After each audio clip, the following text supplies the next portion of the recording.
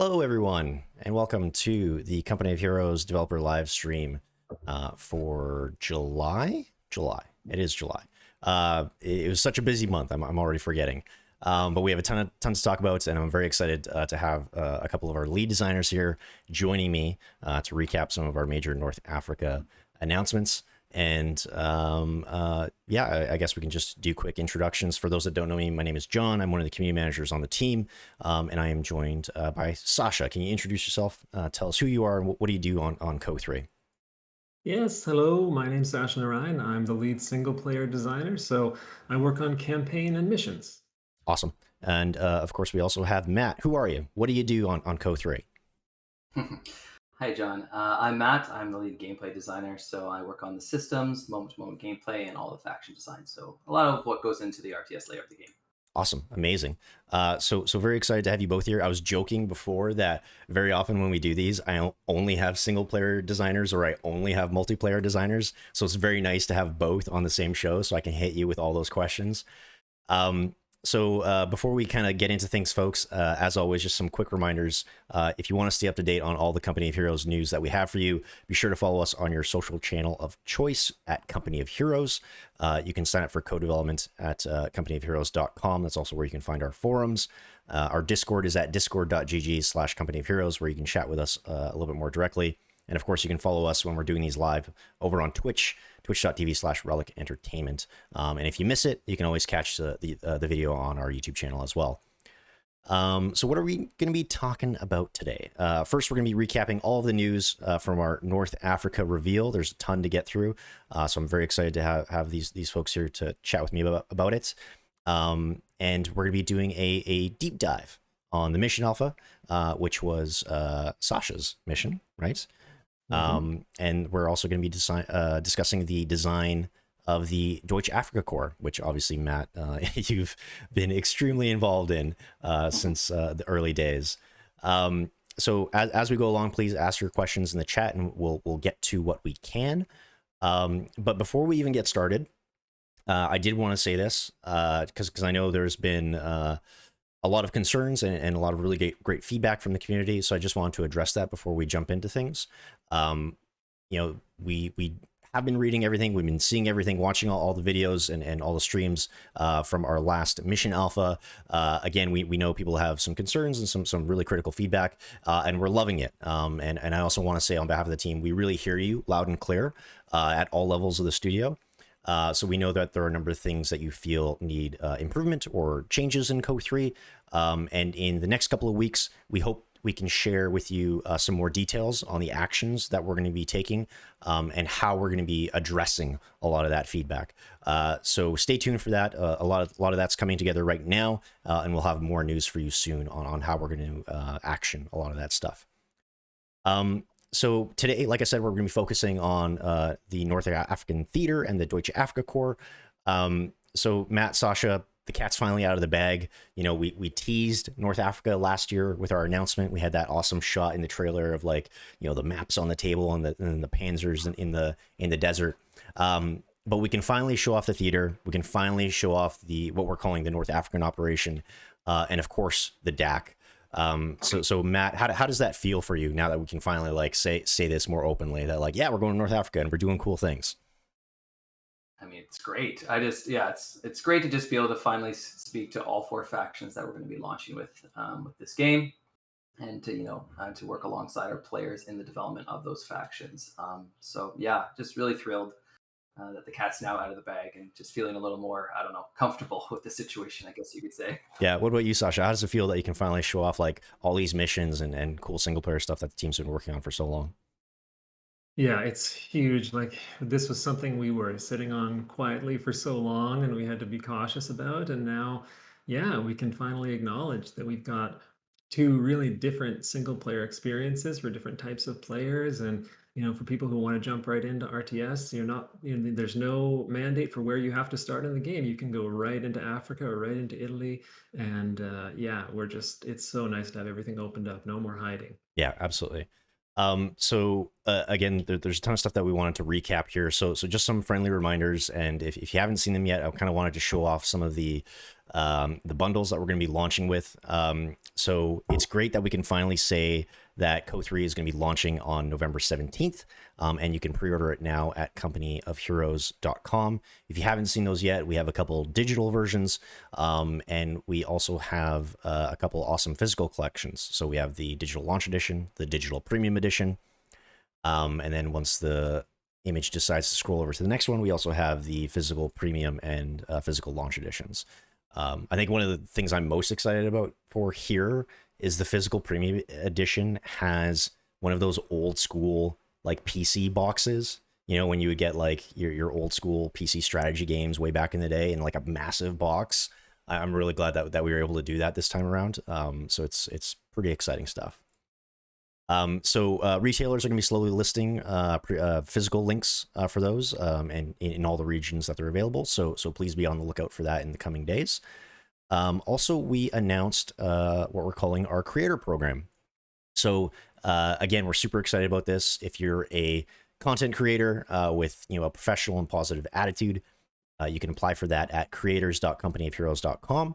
And here you can see some of the benefits of the program. So yeah, sign up for that. We'll get through approvals as soon as we can and get you into that program. And finally, we were able to show off our roadmap for the summer. So this is our community roadmap for code development. We've had to revamp our cadence for some of the community updates as the team is really, really hard at work on finaling the game and squashing bugs and all that kind of stuff. So we wanted to help them stay focused on that.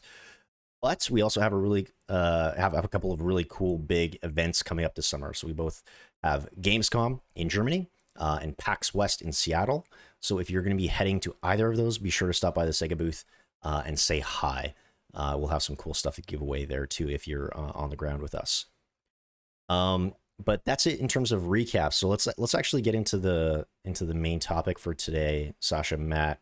Again, it's all North Africa all the time today. First question for you, Sacha, is that there's so much to talk about here, but I think one of the biggest things that we announced this month is that Co3's, you already mentioned it, Co3 single player won't just feature a dynamic campaign map in Italy, but it's also going to feature the North African operation. So I'm hoping you can maybe shed some light on those two experiences. Like, how are they similar? How are they different? What are we trying to do with those two sort of unique experiences? Yeah, of course. So yeah, the North African operation is very distinct from the Italian dynamic campaign.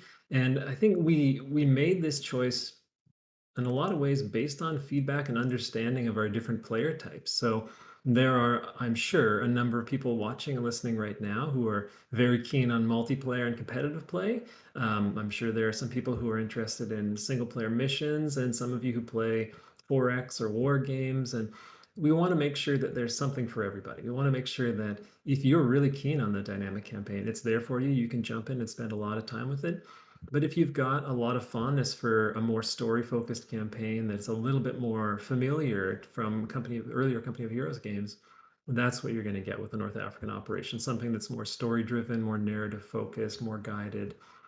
So yeah, I think we're just very aware of the variety of our players, the diversity of our players, and what they want out of the game. Awesome. So Matt, I guess the next big question is really like, why the Deutsche Afrikakorps? Why did we decide to make the DAK our next major faction for the Co franchise?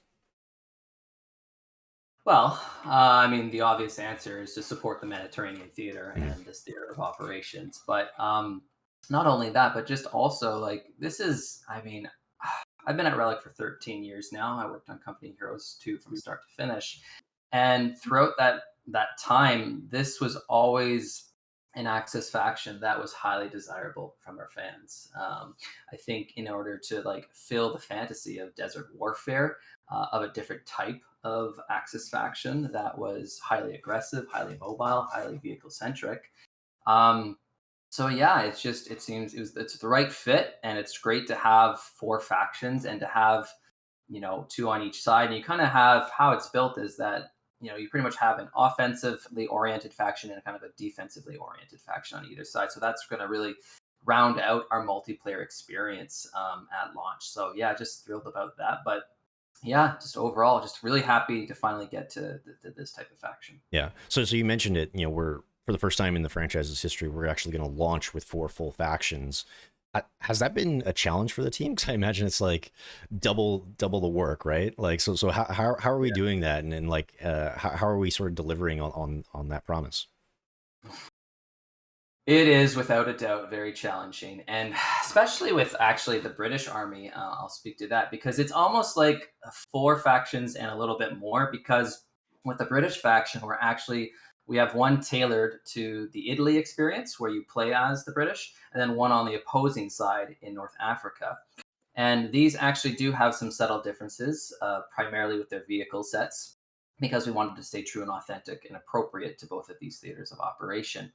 But yeah, 4 factions as a whole, boy, it's really tricky, especially since the legacy of this series is that you build 2 out of the gate that are typically strong, well-rounded, traditional style factions, and then you kind of the next phase often is that you build the more radical factions on top of those traditional factions. In this time, we kind of have to do all of that at once, Right. which of course is just it's a lot to manage. But this is, luckily we're doing this, players, we're doing this alongside our players, and we have both a private council as well as doing, all these public demos that we've been doing across the line. And just having our players working with us alongside for this faction development, it's definitely a lot a heavier time sink, but at the same time, it's going to get to a higher quality overall. So yeah, that really helps us and helps bolster our ability to tackle these big issues that arise. Hmm. I think one of the interesting things, and Sasha, maybe you can speak to this, is in past titles, we've had a few player experiences, from the Axis perspective. I'm thinking about Tales of Valor or some of the Theater of War content in Co 2, but I feel like this is the first time that we're doing a fairly robust, linear, and story-driven Axis experience, and all again from the perspective of the Deutsche Afrikakorps. So what can players really expect in the North African operation, and sort of how are we handling that story? It is different than how we've done it in the past, that's for sure. So I believe Relic's first attempted a campaign focused around the German army was the Operation Market Garden and opposing fronts. And then Tales of Valor had Tiger Ace. Yeah, so we've taken a few cracks at it, and I think we're pretty happy and proud of what we've done in the past. This time around, I mean, it's much later. I know we're talking 15 years after opposing fronts. So the tone and style of storytelling is quite different now, and the way we represent the factions is a bit different. But the gameplay and the focus on the army and what it can do, what its capabilities are, and what it has to go up against at the British in Africa, I hope will feel very familiar in a good way. That Yeah. players will feel like, yes, this is the experience that I want out of this faction. Many, of course, people have been asking about the DAK for so long and wanting to play as them, and in some ways, single player prepares you, if you're this kind of player, to go into skirmish or multiplayer, to play more, to commit to the game, whether you're playing with friends or playing online. So we want that to be true of this operation, that you are getting a sense of the army. And even in the mission alpha, we wanted to show enough, and we pushed to get some units and abilities in that maybe, this was an alpha, things were rough around the edges, there were plenty of bugs, but we wanted people to see the towed weapons, the tank riding, Italian units. We wanted to make sure that there was enough representation so everyone got a good sense of what the army can do. So Right. the operation, I hope, really gives people a sense of the DAC and represents the theater well, because of course the theater, or this part of the Mediterranean, is just so distinct, and people have been clamoring for it for so long. Hmm. Yeah, and I'm actually really excited that I think you might have mentioned it earlier, that we can sort of provide those 2 single player experiences. People who want to try, the dynamic campaign map, which kind of harkens back to Ardennes Assault, or very similar to some of the stuff that our sister studios are working on. Or you can kind of just jump into this like very traditional, like linear, like experience where it's just like start to finish, boom, like here's some great action, here's some great story as you kind of go through these missions. which isn't to say that you're not going to experience that in the dynamic campaign map, because I know there's some amazing storytelling moments throughout, and some really, really amazing set piece missions there as well. So, it sounds like we're going to be heading to quite a number of major historical battles in the North African operation. Sacha, where are we kind of starting with this single player experience? Is it going to be in Ajdabia, which we saw in the mission alpha, and where are we going to be ending up once we get through this experience? Great question. I don't want to spoil too much, but I mean, you kind of know the outcome. That's the Yeah. thing with historical games, right? So what we've based the operation around is the first half of 1942, the DAK fighting across Libya and into Egypt. So that is our focus. The operation was called Theseus. That was the initiator of the battle near Ashdabia, and then the DAK push towards Gazala and Tobruk. So, oh, sorry, I think it's a Gazala. I always say it wrong. Anyway, the big battles that you're going to see, I don't want to say too much, but yes, it's set across Libya and Egypt, and yeah, there is a lot of variety. We're trying to provide enough, diversity in the environments and introduce different threats from the British in Africa throughout the operation. So it's, yeah, I'm not sure what else to say without spoiling anything, but That's fine. yeah, there's a lot to look forward to. Awesome. I'm glad to hear. So Matt, I'm wondering if you maybe I know you kind of hinted at this already, but maybe you could hit on some of like the more distinguishing features of the DAC. From some of the play sessions that I've had internally, it really feels like they're meant to be hyper aggressive, really mobile. I imagine that's what we're shooting for. What was sort of like some of the design intent, and like what are some of those distinguishing features of the DAC? Mm-hmm. Yeah, I think, maybe the best way to describe it is that we call this like our hit and run faction. That the DAC are highly aggressive, highly mobile, very vehicle centric, and they kind of stay on the move quite a bit. And they've got a wide variety of different tools that they can leverage for this, and different mechanics such as towing and tank riding. There's a few others as well. There's some pretty interesting artillery pieces as well to displace armies before you kind of get mobile and get in there into the fight. Oh, interesting. And then, yeah, they're also bolstered by Italian units as well, which is great and awesome to see. Mm-hmm. So, but yeah, that's kind of them in a nutshell. Awesome. So I was thinking we could try something on the stream here, which you haven't kind of done before. This is kind of a more of an internal process, and I thought we could share it a little bit more publicly.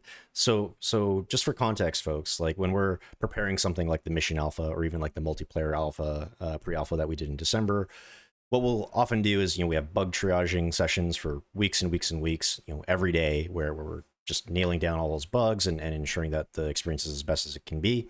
And usually once or twice a week, all of the senior leads, all of the representatives from each team just basically get together and watch that pre-alpha or alpha from start to finish and say like, hey, what's going on here? Can we spot bugs, or can we spot issues with the flow of this mission or of the dynamic campaign map or whatever the case may be? And so you just have all those heads of those departments sitting together on a call or in the same room, just being like, all right, let's just watch this thing. Someone's going to play it. We're gonna judge it. We're gonna critique it. We're gonna find all the problems, and we're gonna try and make this as best as we can. So I thought we could maybe do that live on the stream. So I have some pre-recorded footage here that I did. I took a couple days ago of the mission alpha, which I'm hoping most of you had a chance to play.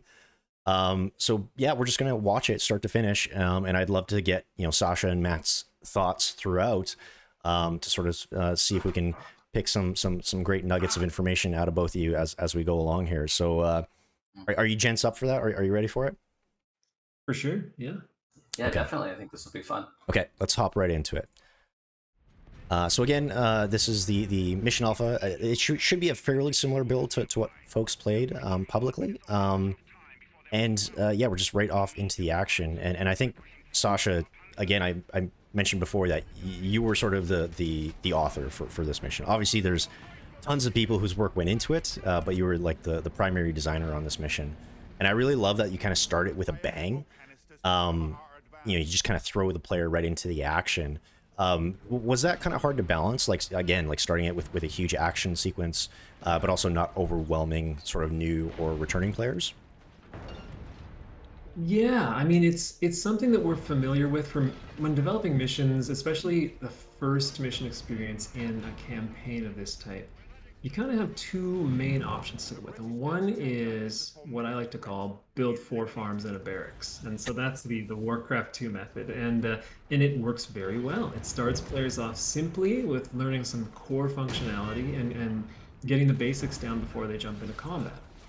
And then there's the cold open. The cold open meaning you're just dropped in, fight. And that is what we chose to go with here. And I think it was the right thing to do. Um, I want to back up a bit though and talk about Mission Alpha because For sure. what does Mission Alpha mean? So, Alpha in software game development means everything is in the game, everything is in the software, it's all there, but you haven't fixed the vast majority of the bugs. Right. So, going through this process of getting this out to the public and letting people play it, we had to prioritize fixing more bugs and finding problems and addressing the most significant ones. But there are still loads of bugs in this. There's loads of unfinished stuff. That's what we presented. This was not a demo for, a post-launch demo or anything that you might see like to promote the game. It was, let's get it out there, get feedback, and hear what people have to say. So it's tough sometimes when you put something out into the world and you think, oh, well, what are we going to hear? Are people going to be so upset or unhappy with this and that? And so much of the information we got back was just very constructive. It was just there are things we don't like, but here's how to improve them. So the process worked. It has been working for years, the way we've been communicating and getting information from external sources, from players, from the community. And I also want to just shout out our QA internally at Relic and Sega QA. The amount of support they give us, not just with bugs, but with providing important feedback about gameplay problems, about flow problems, about features that need to be updated or changed. Yeah. It's so valuable. So yeah, they're a huge part of a process like the Mission Alpha. Yeah, Um, absolutely. yeah, sorry, I could ramble on. Go ahead. Yeah, no, I was going to ask it because here, after that sort of intro, you kind of kick the player back to their base and you kind of have them start over. So what are we trying to do here when we sort of have the player kind of do a soft reset? And is it more to introduce new units, introduce new mechanics? Like what's the goal here? Yeah, so getting the player back to a base at this point is a reset in both intensity and sort of skill learning. So or skill reintroduction for a lot of people. So here it's just the basics of production, but then we're introducing you to the recovery as well. So we want to highlight, okay, here's an important feature of the DAK that we want to show you right away, which is vehicle recovery, but then also just give you the basics of here's how you select and use a base building, and maybe you set a rally point or two, maybe you buy an upgrade or two. So we start at maybe a high intensity with the cold open, then drop it down so you've got a bit of time to prepare yourself, and Right. then you escalate the intensity as you push forward. Yeah. So Matt, maybe you can speak to this because right now we're kind of looking at those opening stages. We're seeing the recovery vehicle, and this is a little bit spicy because the recovery vehicle in single player is like super fun. I love it. It's just like you can grab like a million dead tanks and just like roll over the mission. It's just like it's such a great power fantasy. But I know there are a lot of multiplayer fans that are super worried about how this is going to work in multiplayer. So I'm wondering if you can maybe quickly speak to that. Age-old question about vehicle recovery. Yeah, so I mean, Company Heroes as a whole is no stranger to vehicle recovery, as the first game did have vehicle recovery with the Panzer Elite faction. However, it worked a little differently, where you could only recover your own units. So for vehicle recovery this time around, as the DAK faction, you're able to restore not only your wrecks, but the wrecks of the opposing forces as well, and make use of that against them, both in a single player and a multiplayer scene. And of course, in multiplayer, especially in, for example, large team games like 3v3 and 4v4, that mechanic, we're filling a fantasy. We kind of look at it that first, and then now we're going to have to work alongside our players to introduce balancing levers in order to make sure that that's not a case of, because it could easily be overpowered or overtuned or it could steamroll. If you're in a winning situation, and then you can also just it's resurrecting pretty much the dead to then use against your enemy. Yeah, that's definitely something that we're gonna have to keep mindful of. I like to say that we have a fragile ecosystem for our gameplay, and anytime we introduce any type of new mechanic, well, there's a lot of things that are considered each and every single time.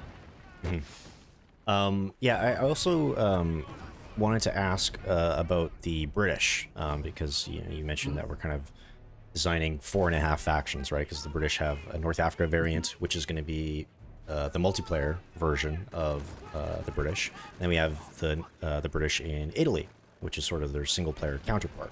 So what are like the big differences there? Is it just like one has brown tanks and one has green tanks?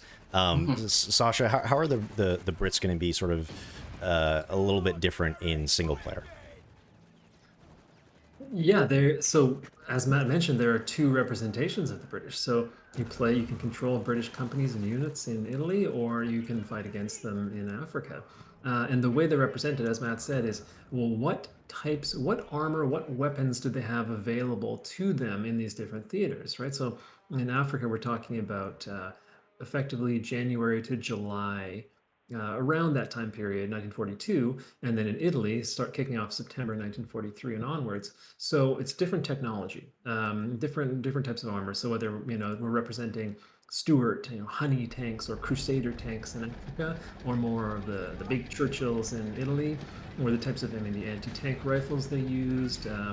So there is a variety, or maybe even artillery pieces as well. There is a variety of distinctions between the technology that the army had access to.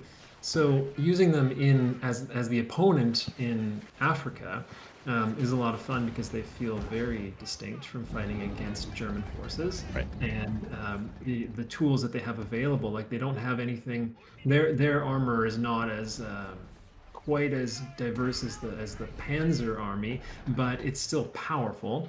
And we also have to make some choices about representation of units that, there are things that maybe from a timeline perspective, we feel, do we want to emphasize gameplay over like pure authenticity? And Right. people can, I'm sure, remember this from earlier games with things like the King Tiger, Jag Tiger, or units like vehicles that in the real world were extremely rare.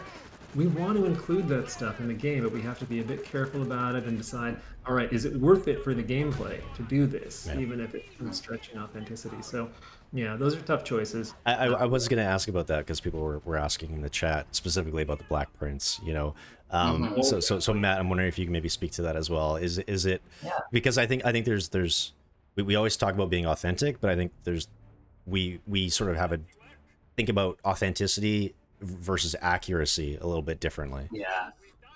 We Company Heroes, the whole franchise and the legacy is that we're not just concrete on historical accuracy. We do kind of blend into this world of these are just cool toys, and at the end of the day, we'd like to get them into the game for players to make use of. Sacha's already alluded to some of the previous games, and in this series, it's no different. Another notable so for example, the British in Italy, at least it's my understanding that most of their equipment was actually American. So like 80 to 90% of their vehicles and weapons and gear was pretty much American made. So this is where we go, well, okay, if we were to truly actually take action on that, then we kind of have, the armies, the American army and the British army would feel very similar to each other. So this is where we're saying okay, even though that may have been what had truly happened, we're going to dial into a bit more of a British style army with some of the specific vehicles they had. That's an example of where we go, okay, so this is what really happened, but from a gameplay perspective or a fantasy perspective, or just like diversifying the factions, we kind of end up going this route. And in the case of the Black Prince, for example, I know some comments on it. We were making a bunch of Churchill tanks, and we're like, okay, we did our research, and we're like, you know what? Why not build the Black Prince? What's the worst that can kind of happen, really? It's just another toy in the toolbox for our players to make use of, and I think it'll be really cool to see. We might end up doing They're extremely rare. I don't know if they ever even saw action actually. Similar to like what was it, like the Austrians or the Pumas that like were so rarely actually used, and yet Right. they're like a hallmark unit for this franchise where players talk about them all the time. So yeah, it's kind of about fun and fantasy first, Mhm. and then the rest later a little bit sometimes. Yep, fair enough. I'm also curious because this was the first time that we were able to, we've teased and kind of shown off some Italian units in the past, but this was the first time that we let players kind of go hands on with two units. So we had the Guastatori and the L640 light tank. So Sasha, I'm kind of curious. Because we've teased things like the Semovente, I'm wondering if we're going to see more Italians throughout the North African operation, and maybe you can speak to that a little bit. Yes, absolutely. So, the representation of Italian forces in our game is a huge discussion, a point of discussion, and it's really fascinating and important to us too. We represent them as forces in Africa that you can control alongside German forces. We represent them as Italian partisan forces in Italy. There are German troops controlling Italian armor in Italy as well that they've commandeered or taken over. Right. So we've got them represented in a variety of ways. And yes, here we made sure we wanted to show some Italian representation, give you control of them, and we knew, oh man, we're pushing things fast, and there'll be bugs, but let's do our best. But yeah, there are more Italian units coming.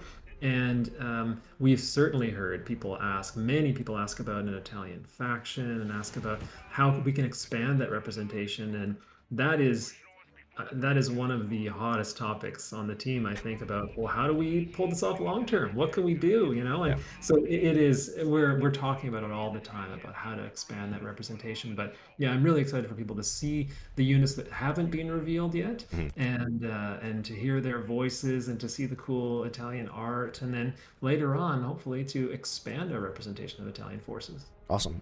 So Matt, I'm wondering if you maybe speak to that from like a multiplayer perspective, because obviously, I feel like it would be great if we could feature some of these Italian units in the multiplayer matches that people are going to be experiencing. Yeah, so how the Italians will be represented in multiplayer will be through our battle group system. So that for the DAK army as a whole, there'll be multiple battle groups that feature Italian units at launch. So there's going to be a good array of Italian units to bolster your army, and they'll have different and unique capabilities. So we've got, you kind of see a glimpse of it in the pre-alpha demo here. With the Gassatori are one of my personal favorites, but also the L640 tank, and you can expect to see more infantry and more vehicles down the road for the Italians. Awesome. No, that's good to hear. So this is a bit of a contentious moment in the mission alpha. This is where we bring out the 88 millimeter. And a lot of folks were saying, hey, it didn't feel super great to control. It was a little bit finicky. What's going on here? What's up with the what's up with the 88 and what's up with towing? So Matt, do you want to speak to that first, and then we can get Sasha's thoughts? Yeah, I can start. Okay, the easy answer is in any RTS, the second that you take two units and you want to glue them together to do anything and then separate them, that is pretty much a nightmare. That's like a nightmare for like all of us. So that's like, the out of the gate answer. But yeah, because towing impacts pathfinding, which of course, and responsiveness. These things are so fundamental and critical to RTS as a whole that the second you open up the can of worms to a mechanic like this, it can be very challenging. So there's a lot of inner workings that go into doing something like this. The gameplay engineer team and designers have to work because there's a lot of edge cases that are gonna kind of arise when you put in a mechanic like this. But yeah, in terms, again, it starts with that fantasy. We wanted to capture part of it. Like we could have just done a static 88 like the previous games, for example. But we knew, one, we want to introduce a new gameplay loop to both the single player and the multiplayer space, where it's not only that you have these big caliber weapons, but you can also reposition them throughout the match to stay nimble, to stay mobile, to counter your enemy, to surprise your enemy. And we knew that it was a bit of a risk to throw this into the alpha here, and that it would be a little bit clunky. But again, it's about getting it's an alpha at the end of the day, and this is a work in progress. It's about getting a glimpse of that 88, and just like for me, even just hearing like the sound effect, like that puts me in the world of being like, oh man, this is going to sound so great in the end once it's all polished and all Yeah. that. Because I personally, the audio experience of this game is something I just love. So whenever we can get these opportunities to showcase these new units that sound different, look different, are mechanically different, it's just awesome. Yeah. So I think that's also an important note about audio in the alpha is that it's still unfinished. Like I know talking to our audio director, we still have to do like final mixing passes and just final passes on audio in general. So if you had any concerns about like, we knew like, oh, enemy audio is way too loud. We need to bring that down a little bit. So like all of those things are happening right now. So thank you again for all the feedback on that. But it's stuff that we're continuing to work on every day. So Sacha, bringing in that 88 here, again, was that just sort of like a teaching moment? Like, hey, this is how towing is going to work, and this is how you could use some of these static weapons. What were you trying to do with that moment there? I think including the 88 was essential. Everything that I've read about DAK operations was that the truth of their success was so much about the combined arms of armor and anti-tank weapons. And the flak's such an interesting weapon because it was designed for anti-air and then used so much for anti-vehicle combat. And I think it's always been a fun unit in the context of COH. It's always felt powerful and weighty and like it hits really hard. And so including it was like a no-brainer in terms of this thing is just satisfying. And towing is what complicates the matter. Of course, it's a new feature that we're still, we're working out the kinks. We have loads of bugs to fix. So we did the best we could and we got it in there, but I completely understand if people struggle to some degree with setting up and, unloading and loading the weapon and recrewing it and things like that. There are plenty of issues that we are fixing. But I think, yeah, it's important in the context of the DAK's combat and how they fought in Africa. And it's important for COH to see this type of weapon, these types of heavy guns, because they are really something that you strive towards unlocking and using in both multiplayer and single player. And the 88 isn't the only example of that kind of gun. Of course, there are others that we'll talk about more later. Yeah, I actually saw another great question in the chat. Matt, is towing going to be specific to the DAK, or can other factions use that mechanic? All factions will be able to use towing. However, it will be highly encouraged and incentivized and kind of built into the DAK like core experience of that army. Right. So we're going to try to really bolster and double that down. So even the same goes for tank riding as well. So we want, as a mobile force, we want to really encourage making use of these two actions. So with tank riding, that might look like maybe, for example, tank riding is another thing that will be applied to all the factions as well. But maybe it might translate with the DAK that they have some call-ins that feature combat groups. It might be something like maybe when they get off of the tank, they get some type of bonus to how they perform, something like that. But we're definitely going to explore different avenues to really kind of encourage that mechanic within this army itself. But those are global mechanics, so that's an important piece of the puzzle too. When we introduce these mechanics, it's good to tie them into as many armies as possible, right, in some way, because then you're going to get a lot of exposure. However, there are sometimes where you want a unique mechanic to just one of the specific factions. Right. Yeah. I was actually going to ask about another new mechanic that we're introducing, which is tank riding. So tank riding just looks super cool. I love it. But I'm kind of curious if there's more that you had in mind when the team was implementing that in Code 3. Like, what was the design intent with tank riding? Is it just so that you can get infantry across the map really quickly, or like what are we trying to capture there with tank riding? Tank riding it's a very tricky one, and it again, similar to towing, it did start with just the overall fantasy. I remember working on tank riding is actually something we wanted to get into Company Heroes too.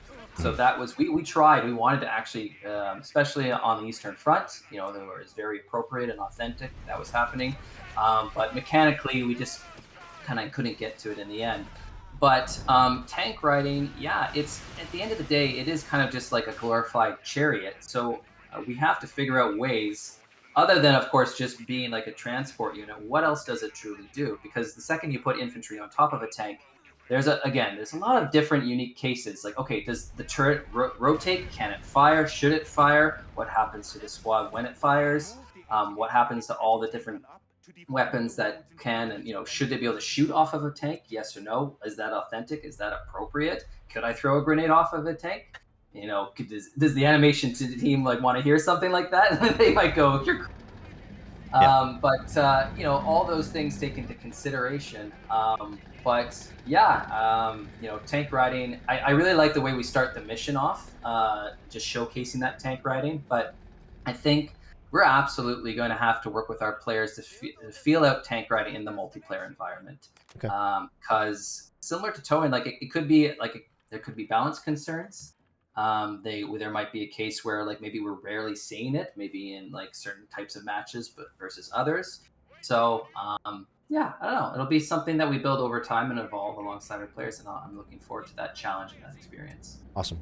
So Sacha, obviously, speaking of building things, I imagine that there were some interesting design challenges when your team was working on missions in the North African operation.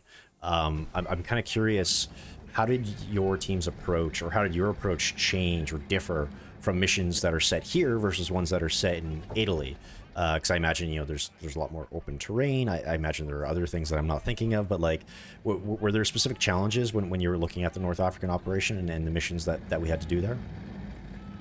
Yes, absolutely. So, environmentally, I mean, that is the most obvious thing. There are many unique challenges to developing interesting, diverse environments for Africa. And I mean, that's sort of reductive. Of course, it's not just all open desert and rocky, there are wadis and villages and coastline and all sorts of different types of environments we can represent. But we had to lean a lot on our environment artists who are excellent. And, designers would come up with a simple idea for, okay, here's the gameplay. I wanted this map that has these types of environmental features or important locations. Like, okay, here's a significant port that I want to feel like heavily entrenched with enemies, or here's a road that I want to feel like a main supply line where you're blocking a convoy or something like that. And then the artist would come to us and say, okay, that's cool, but what makes this feel distinct from other environments you've been in? Not just from a visual point of view, but from a gameplay perspective. So they were really they were so valuable in helping us. And I think a good example of Ajdadia is looking at the train line running through it and the crashed cars. And I think that was something that we needed to add for this part of the map to feel more distinct and unique. And even the way the village is laid out near the end, and it's all a collaboration between the designers and the artists. So environmentally, I think those are big challenges. There are smaller things too, like excuse me.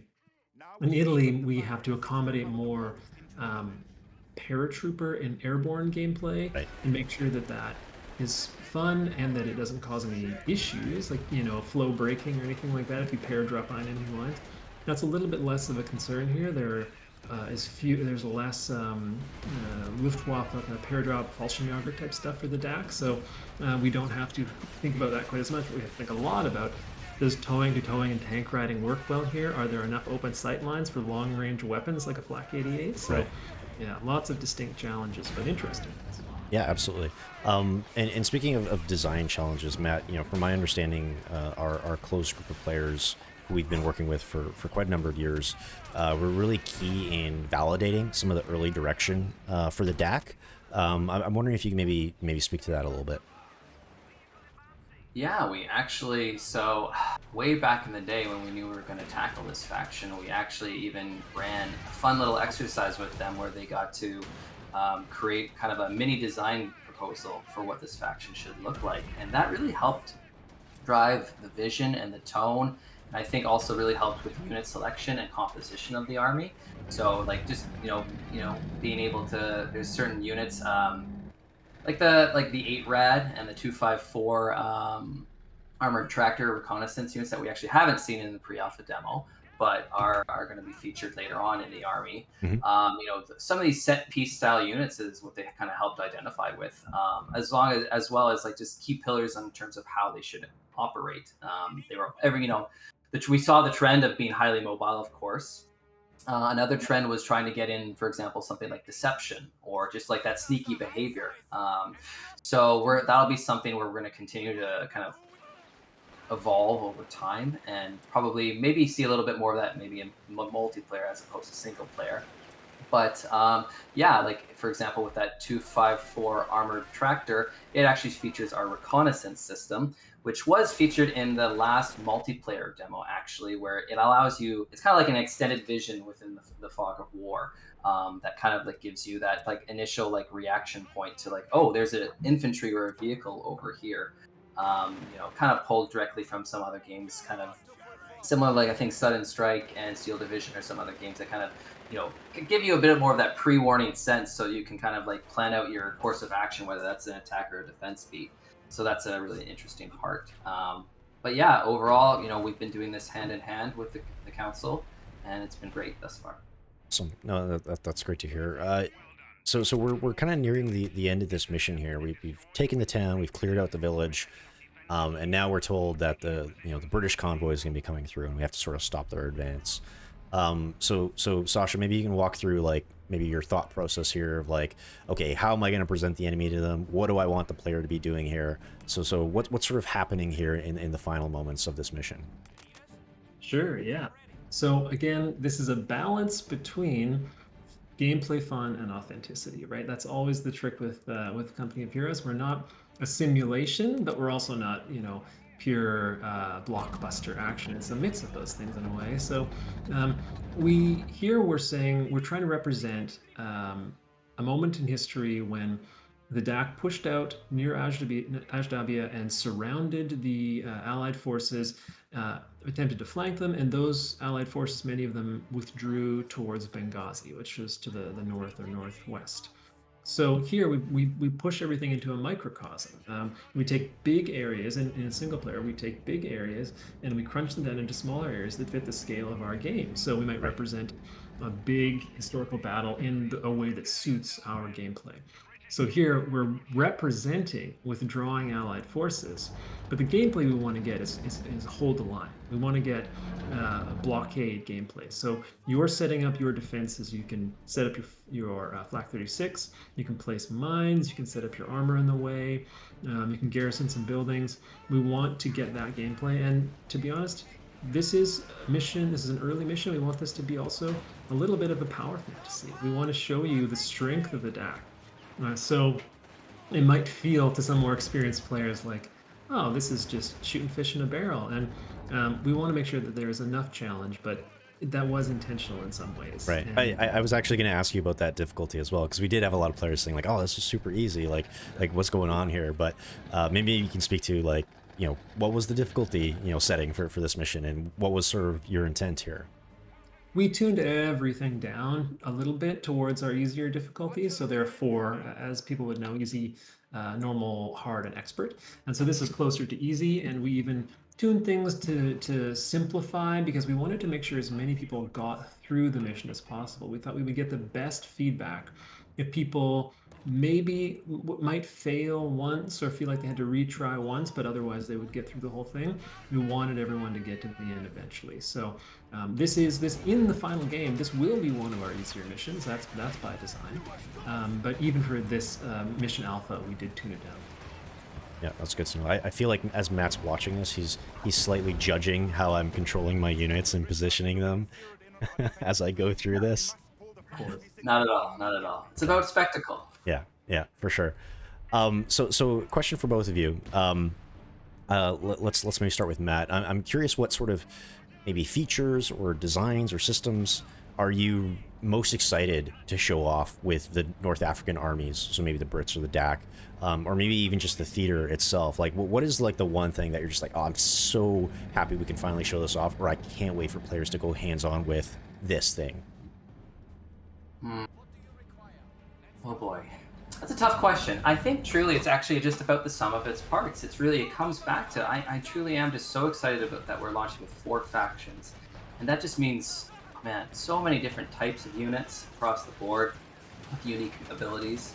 But yeah, the factions themselves will have unique mechanics as well. And we haven't even kind of like, we've shown off some of the ones with the DAK, but there will be other new mechanics for both the DAK and the British that players haven't experienced quite yet. That'll help round out these armies to feel more appropriate for this theater.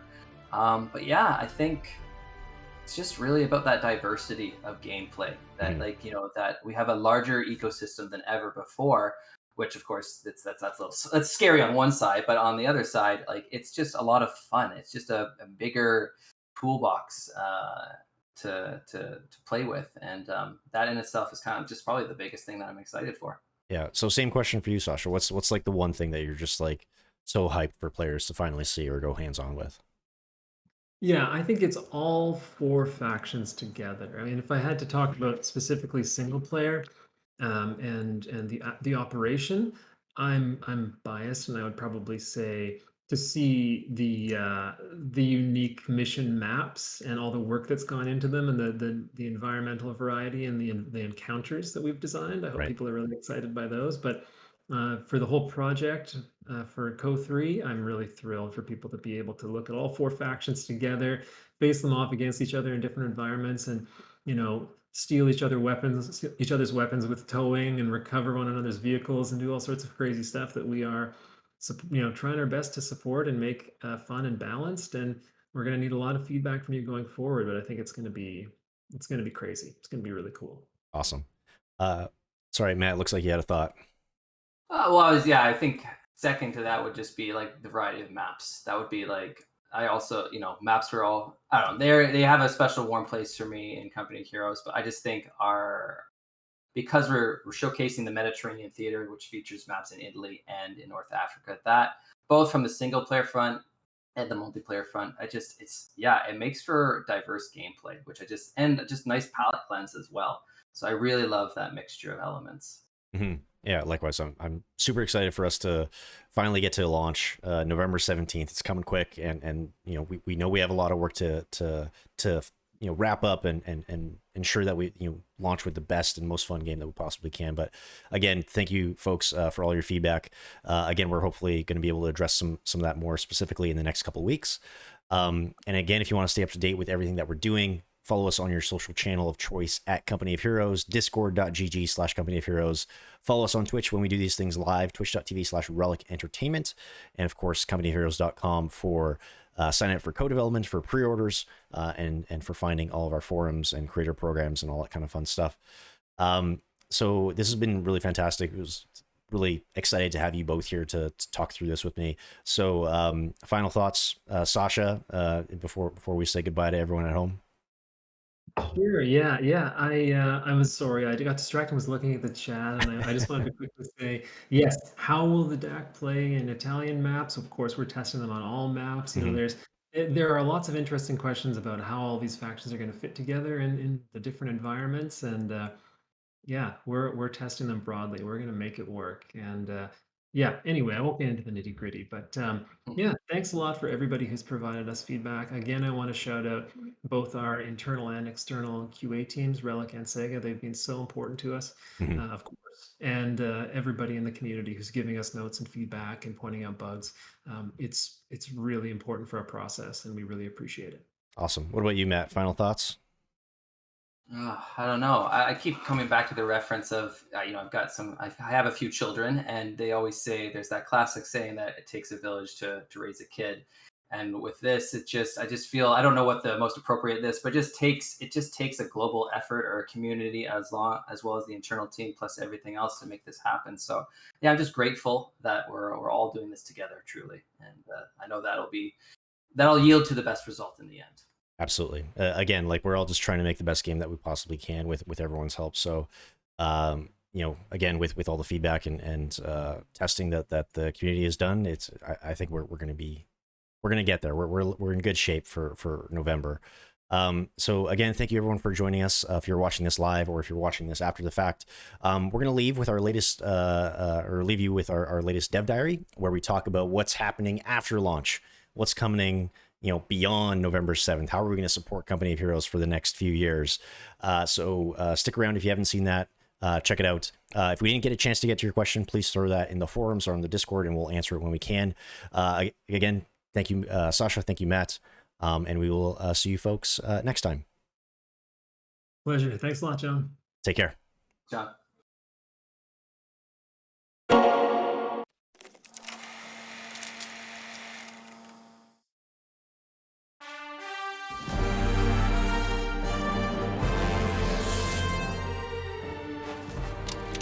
When we first started working on Company of Heroes 3, we started it with a player-first mindset. We wanted them involved right from day one. And we want to continue that, much like we've been doing with Company of Heroes 3 in the lead up to our launch. We're going to be having discussions with them on our forums, in our Discord, on social media. We want to hear player feedback. We want to hear from them what they want to see in Company of Heroes 3, because that's how we're going to continue to support the game for years to come. One of the #1 requests from players is, what are your plans post-launch? What can we expect you to bring much later? Because we want to see so much more content. We have some epic internal ideas about what those modes could be, from tank royales to last stands, and we're looking at what could we bring, and we aspire to bring all sorts of content in that first year and well beyond. So what we're doing right now is really that we are focusing in on polishing and wrapping up the game. And as the game launch, we'll be fully able then to develop and invest in new content, new features that will bring to players to make the game feel alive for the years to come. One of the challenge of a live ops team is really being able to make content regularly. And so that's why it's super important for us to think ahead about how to lay the best foundation to create those pipelines. We have so many new awesome ideas around what new experiences we can bring, things that we've tried in the past and we want to revisit. And so you're going to see new modes, hopefully new events, new challenges. We'll see new expansions. We're going to see a bunch of different content types that appeal to a swath of different players. And we have a lot of really cool ideas that are just in the back pocket that we haven't had a chance to go explore yet. It's important to us to be able to deliver content regularly. So how do we set up a calendar of meaningful content where players can expect new awesome experiences? And one of the best ways to do that is through seasons. So our goal is to hit a seasonal cadence, wrap that in a cool, meaningful, narrative-driven theme, and continually give content over the duration of those seasons. We want our post-launch content to feel fair for all of our players. When you're progressing through our systems, when you're playing day to day, it needs to feel fun, and it needs to feel like what you're doing matters and isn't too grindy or too cumbersome, right? It has to be fun and it has to be fair. We know that in the past, sometimes certain content or DLC felt like it was too pay to win, or that commanders were too hard to acquire, bulletins were too grindy, didn't have enough impact. So all of those things are being taken into account. We want players to feel good when they spend money, and even when they don't. We're going to have a mix of both free and premium content for all players. In many cases, in balance, our players are smarter than we are, and they'll discover ways to play that we never thought. And so we just have to expect it. We have to expect that you will find something that we didn't see. And what we're focused on is being able to fix it. It's important to keep win rates and the perception of being OP to a minimum. Our approach isn't just to hit a 50-50 win rate. It is to evolve the meta and our factions and our units over time that keep things interesting and fresh and meaningful. So we know international representation in the Italian theater is incredibly important. There were so many nations that were represented there, and that's something that we're hoping to showcase in Company of Heroes 3. We're already working on it. We have some great examples that players have already seen, and it's something that we want to continue looking at and continue expanding upon post-launch. We aspire to make Co 3 the best RTS, much less best World War II RTS. We have so many amazing ideas, and we have so much more content we'd love to bring post-launch, from new modes to new win conditions to factions to units to new battle groups that we'd love to bring in that are internationally based, and we can represent a whole swath of new types of players and backgrounds. We have a whole line of sight to new expansions that we could go visit, new regions, new fronts, and we have ideas about what we could go do and bring. And it's really exciting to see what we potentially could deliver in the first year, 3 years And with your support and your feedback and your insight, we cannot wait to bring those experiences to you.